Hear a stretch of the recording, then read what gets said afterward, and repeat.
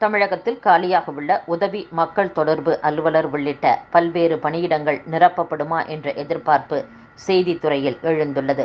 அரசின் செய்தி மற்றும் மக்கள் தொடர்பு துறையில் பல்வேறு மாவட்டங்களில் 40க்கும் மேற்பட்ட உதவி மக்கள் தொடர்பு அலுவலர் பணியிடங்கள் காலியாக உள்ளன.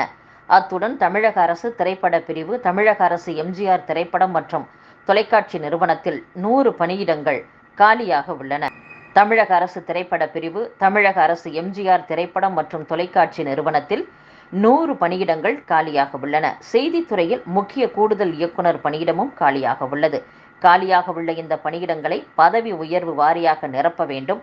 ஆனால் பதவி உயர்வும் தாமதமாகி வருகிறது. இதனால் பல மாவட்டங்களில் அரசின் திட்டங்கள் குறித்த விவரங்களை பொதுமக்களிடம் கொண்டு சேர்ப்பதில் சிக்கல் நீடித்து வருகிறது. எனவே காலி பணியிடங்களை நிரப்ப அரசு விரைந்து நடவடிக்கை எடுக்க வேண்டிய அவசியம் எழுந்துள்ளதாக பரவலாக கூறப்படுகிறது. தமிழகத்தில் பெரும்பாலான ரயில்களில் சேதமடைந்த பெட்டிகளே இணைக்கப்படுவதாகவும், இவற்றை அந்த துறையினர் பராமரிப்பதில் அலட்சியம் காட்டுவதாகவும் உயர்நீதிமன்ற மதுரை கிளை அதிருப்தி தெரிவித்துள்ளது. உரிமம் பெறாத மாற்றுத்திறனாளிகளுக்கான சிறப்பு கல்வி மற்றும் பயிற்சி நிலையங்கள் மீது கடும் நடவடிக்கை எடுக்கப்படும் என்று சென்னை மாவட்ட ஆட்சியர் ரஷ்மி சித்தார்த் ஜெகடே எச்சரிக்கை விடுத்துள்ளார். விண்ணில் செயற்கைக்கோள்களை நிலைநிறுத்திய பிறகு மீண்டும் பாதுகாப்பாக தரைக்கு திரும்பி வரும் மறு பயன்பாட்டிற்கான ஏவுகலனை வெற்றிகரமாக இஸ்ரோ பரிசோதித்துள்ளது. மத்திய அரசின் குளறுபடியால் முதுநிலை நீட் தேர்வு எழுத காத்திருந்த லட்சக்கணக்கான மருத்துவர்கள் அலைக்கழிப்புக்கு உள்ளாகியதாக மக்கள் நல்வாழ்வுத்துறை அமைச்சர் மா. சுப்பிரமணியன் குற்றம் சாட்டியுள்ளார்.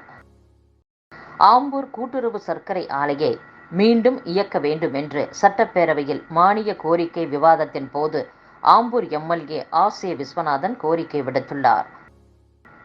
ராணிப்பேட்டை ஆற்காடு இடையே உள்ள 65 ஆண்டுகள் பழமையான பாலாறு மேம்பாலம் சீரமைக்கப்படுமா என்று பொதுமக்களும் வாகன ஓட்டிகளும் எதிர்நோக்கியுள்ளனர்.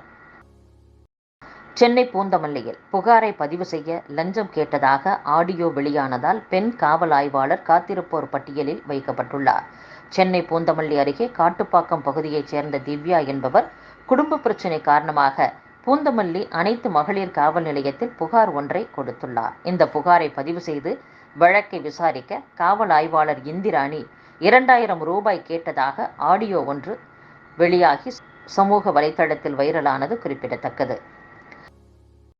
அரசு பள்ளிகளில் 6ஆம் வகுப்பு முதல் 9ஆம் வகுப்பு வரை பயிலும் மாணவர்களில் திறன் மேம்பாட்டில் பின்தங்கியவர்களுக்கு சிறப்பு பயிற்சி அளிக்குமாறு பள்ளிக்கல்வித்துறை அறிவுறுத்தியுள்ளது. ஏலகிரிக்கு சுற்றுலா வந்த சென்னை கல்லூரி மாணவர்களின் கார் வேலூர் அருகே டயர் வெடித்து விபத்துக்குள்ளானது. இதில் கல்லூரி மாணவி உயிரிழந்துள்ளார். மேலும் 3 மாணவ மாணவிகள் பலத்த காயமடைந்த நிலையில் தனியார் மருத்துவமனையில் சிகிச்சைக்கு அனுமதிக்கப்பட்டுள்ளனர். குரூப் 2 தேர்வு அறிவிக்கையில் பல பணிகளுக்கு அதிகபட்ச வயது வரம்பு நிர்ணயித்ததை டிஎன்பிஎஸ்சி திரும்பப் பெற வேண்டும் என்று பாமக நிறுவனர் டாக்டர் ராமதாஸ் தெரிவித்துள்ளார். துணை வணிக வரி அதிகாரி, சார் பதிவாளர், வனவர் உள்ளிட்ட குரூப் 2 பிரிவில் காலியாக உள்ள 2327 இடங்களுக்கு தகுதியானவர்களை தேர்ந்தெடுப்பதற்கான தேர்வு அறிவிக்கையை டிஎன்பிஎஸ்சி வெளியிட்டுள்ளது. அந்த அறிவிப்பாணையில் பல பணிகளுக்கு இதுவரை இல்லாத வகையில் வயது வரம்பு நிர்ணயிக்கப்பட்டிருப்பது அதிர்ச்சி அளிக்கிறது. பொதுவாக தொகுதி 2A பணிகளுக்கு இடஒதுக்கீட்டு பிரிவினருக்கு வயது வரம்பு நிர்ணயிக்கப்படுவதில்லை. ஓராண்டு பணிக்காலம் இருக்கும் வகையில் 59 வயது வரை இந்த பணிகளுக்கு விண்ணப்பிக்க முடியும். ஆனால் நிகழாண்டுக்கான அறிவிக்கையில் அதிகபட்ச வயது 37 என்று அறிவிக்கப்பட்டுள்ளது. அரசு பணிக்காக போட்டித் தேர்வுகளுக்கு தங்களை தயார் செய்துவிட்டு காத்திருக்கும் இளைஞர்களுக்கு இது ஏமாற்றத்தை ஏற்படுத்தியுள்ளது. மேலும் இது சமூக நீதிக்கும் எதிரானது. எனவே குரூப் 2 பணிகளுக்கு அதிகபட்ச வயது வரம்பு நிர்ணயிக்கும் முடிவை டிஎன்பிஎஸ்சி திரும்பப் பெற வேண்டும் என்று டாக்டர் ராமதாஸ் தெரிவித்துள்ளார். சென்னை தியாகராய நகரில் தங்க வைர நகை தயாரிப்பு நிறுவனத்தில் 1.84 கோடி ரூபாய் மதிப்பிலான நகைகள் திருடப்பட்டதாக 8 பேர் மீது பாண்டிபஜார் போலீசார் வழக்கு பதிவு செய்து விசாரணை மேற்கொண்டு வருகின்றனர். பீகாரின் கிழக்கு சம்பாரன் மாவட்டத்தில் கட்டுமான பணி நடைபெற்று வந்த புதிய பாலம் ஒன்று நேற்று இடிந்து விழுந்தது. இதில் உயிரிழப்பு எதுவும் ஏற்படவில்லை. இதன் மூலம் கடந்த ஒரு வாரத்தில் அந்த மாநிலத்தில் இடிந்து விழுந்த புதிய பாலங்களின் எண்ணிக்கை 3ஆக அதிகரித்துள்ளது. சத்தீஸ்கரின் சுக்மா மாவட்டத்தில் பாதுகாப்பு படையினர் நடத்திய தேடுதல் பணியில் நக்சல் தீவிரவாதிகள் அச்சடித்து வைத்திருந்த கள்ள நோட்டுகள் பறிமுதல் செய்யப்பட்டுள்ளது. மாநிலத்தில் கடந்த 30 ஆண்டுகளாக தொடர்ந்து வரும் நக்சல் எதிர்ப்பு நடவடிக்கைகளில் கள்ள நோட்டுகள் முதல் முறையாக மீட்கப்பட்டுள்ளதாக காவல்துறையினர் தெரிவித்துள்ளனர்.